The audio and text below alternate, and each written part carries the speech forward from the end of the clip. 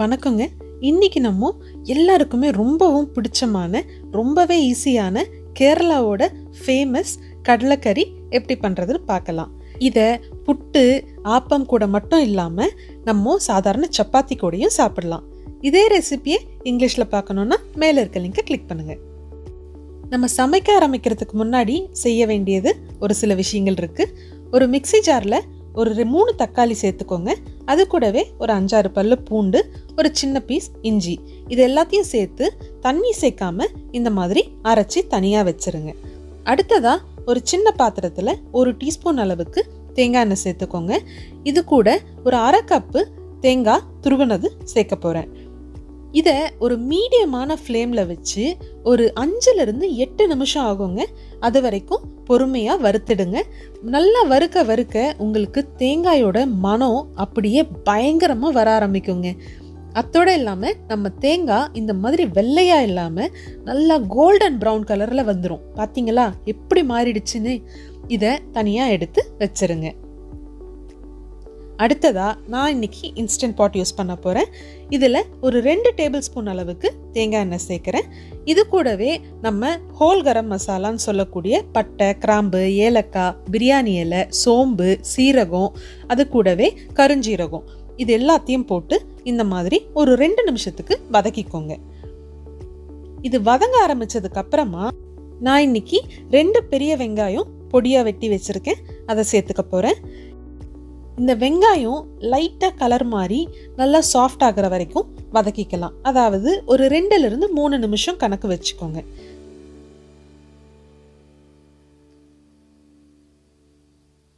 இப்போ பார்த்தீங்கன்னா நம்ம வெங்காயம் லைட்டாக கலர் மாற ஆரம்பிச்சிருச்சு. இப்போ பாருங்க நல்லா சாஃப்டாக இருக்குது பார்க்கறதுக்கு. இந்த சமயத்தில் நம்ம அரைச்சி வச்சிருக்க தக்காளி விழுதை இது கூட சேர்த்துக்கலாம்.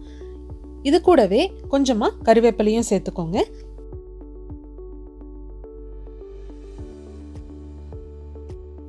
அடுத்ததா இது கூட நம்ம மசாலா பொருட்கள் சேர்க்க போகிறோம்.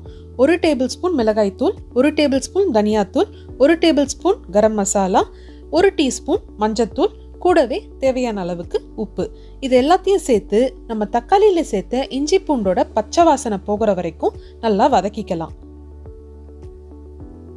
இது வதங்கினதுக்கு அப்புறமா அடுத்ததா நான் முந்தின நாள் நைட்டே ஒரு 2 கப் அளவுக்கு கருப்பு மூக்கடலை ஊற வச்சிருந்தேன்.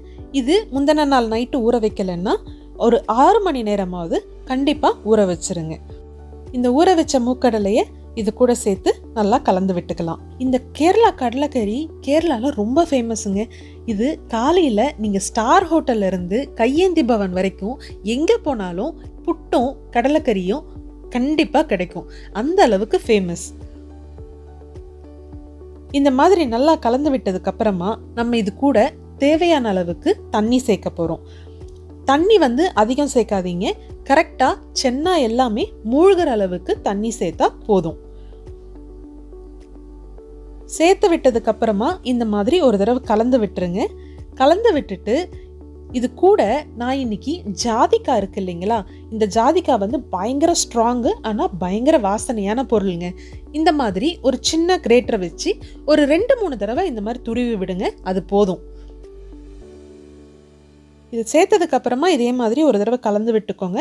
கலந்து விட்டுட்டு நான் இன்னைக்கு என்னோட இன்ஸ்டன்ட் பாட்டில் நல்லா மூடி போட்டு ஒரு 15 நிமிஷம் வேக விட போகிறேன். 15 நிமிஷம் ஹை ப்ரெஷரில் வேக விட போகிறேன். ஹை ப்ரெஷரில் வெந்ததுக்கு அப்புறமா ப்ரெஷர் தானாக அடங்குறதுக்கு விட்டுற போகிறேன். நீங்கள் சாதாரண ப்ரெஷர் குக்கர் யூஸ் பண்ணுறீங்கன்னா ஒரு 3-5 விசில் உங்கள் குக்கருக்கு ஏற்ற மாதிரி விட்டுக்கோங்க.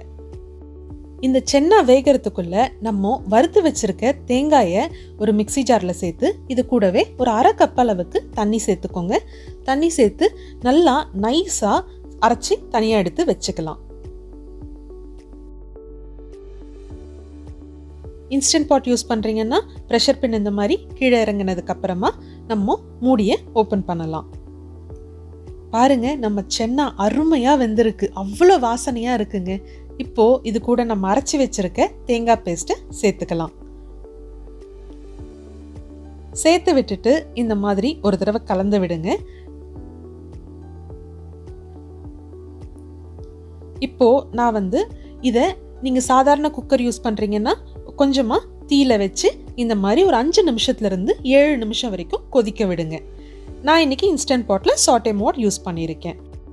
அவ்வளவு தாங்க, நம்மளோட ரொம்பவே ஈஸியான சுவையான கேரளா கடலைக்கறி தயார். இதை சூடான ஆப்பம் புட்டு கூட மட்டும் இல்லாமல் சப்பாத்தி கூட வேணாலும் சர்வ் பண்ணுங்க. இந்த வீடியோ உங்களுக்கு பிடிச்சிருந்ததுன்னா லைக் பண்ணிட்டு சேனலுக்கு சப்ஸ்கிரைப் பண்ணுங்க. அப்படியே பக்கத்தில் இருக்க பெல் பட்டன் அமுக்கிட்டீங்கன்னா உங்களுக்கு இனிமே நான் போடுற வீடியோஸ்க்கு நோட்டிஃபிகேஷன் வந்துடும்.